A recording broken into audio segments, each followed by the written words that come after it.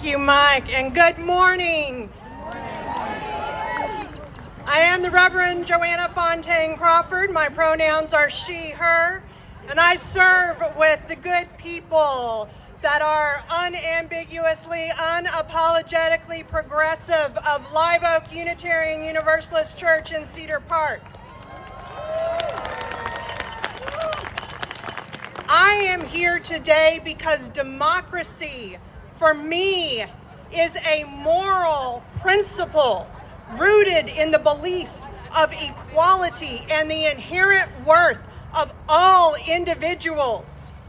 The second president of the United States, Unitarian John Adams, feared an oligarchy, a nation ruled for selfish ends by those with wealth and privilege. He knew that extreme wealth was dangerous, but not just because of the favors that it could purchase, but because so many of the people without wealth admired those who did, attributing moral and intellectual superiority to many who possessed neither, simply because they were rich. And in 2026, I believe that he was wise in this concern.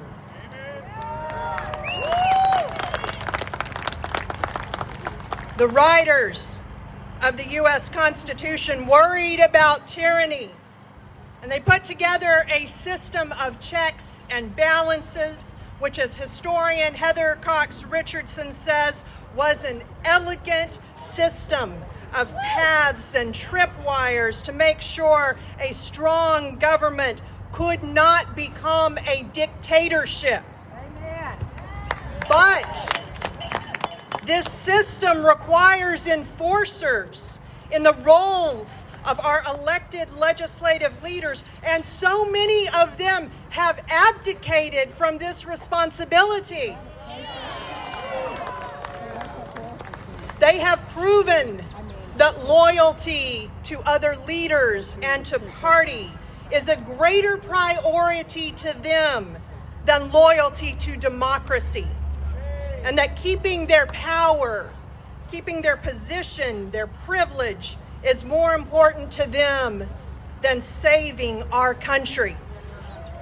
The late, great Senator John Lewis, channeling his friend Martin Luther King Jr., said, "Democracy is not a state, it is an act, and each generation must do its part to help build what we call the beloved community, a nation and a world society at peace with itself."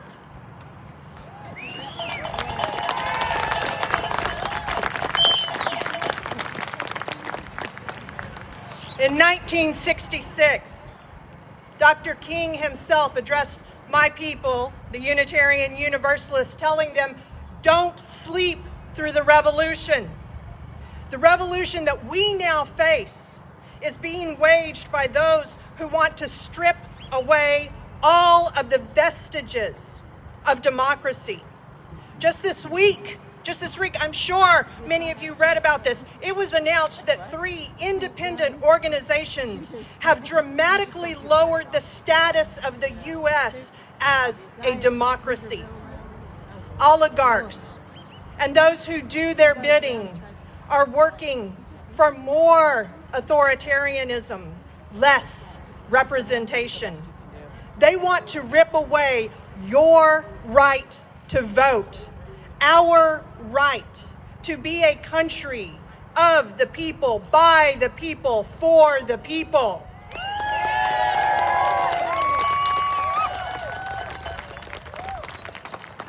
We cannot be patient.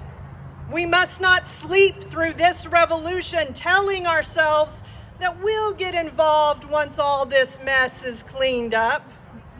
That day may not come. Things are so expensive right now, right? Yeah. So many things we can't afford. Groceries, can't afford them. Gas, can't afford it. healthcare, medicine, can't afford it. But even more than those things are the things in our minds and in our hearts and in our souls that we can't afford right now. Despair right now is a luxury that we cannot afford.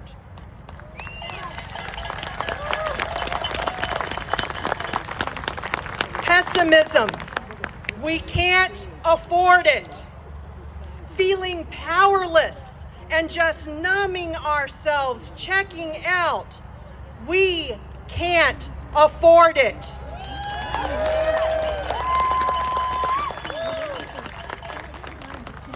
We have to stop acting like we accept dystopia, like it's inevitable.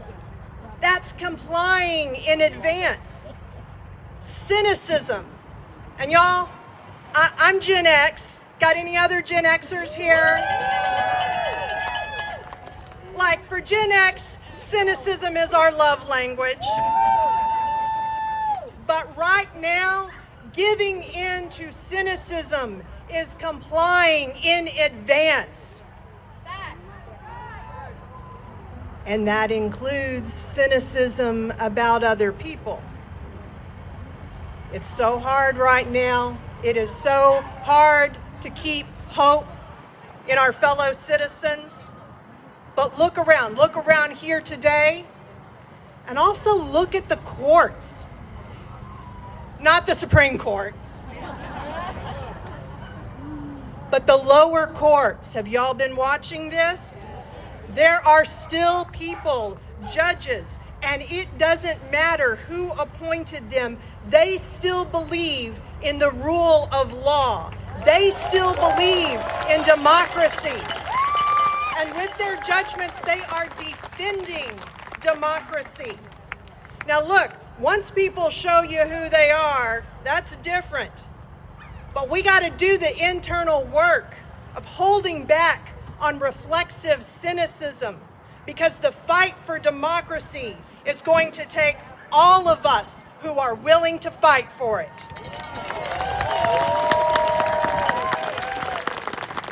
And we need to be fighting not just the big scary, but also all of those little attempts to make the evil more palatable. Like this week, when a legislator proposed that the draconian requirements of the Voter Suppressing SAVE Act, well, how about if we make it that those only apply to those born after December 1st, 1960? We got to keep our eyes on the prize. We're visiting from Minneapolis, so that means And the prize cannot just be stopping the bad stuff. It's fighting for the good stuff, building a better world, co-creating the beloved community, a world with justice, equity, compassion, where people are free to be their authentic selves and to genuinely have a chance for that simple, radical vision of to pursue happiness.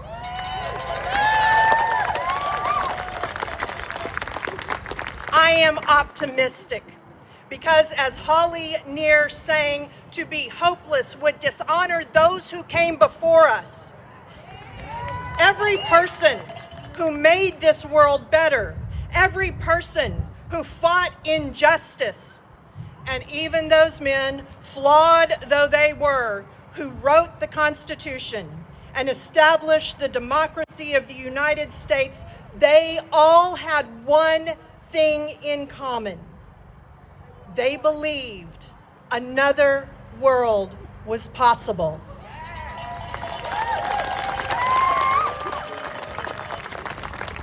My friend, the Reverend Carrie Holly Hurt, recently reminded me of the poem Ve'ahavta by Aurora Levins Morales. These are her words. Say these words when you lie down and when you rise up, when you go out and when you return, in times of mourning and in times of joy. Inscribe them on your doorpost. embroider them on your garments, tattoo them on your shoulders, teach them to your children, your neighbors, your enemies, recite them in your sleep here in the cruel shadow of empire.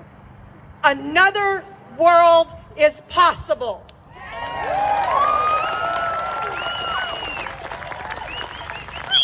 Another world is possible.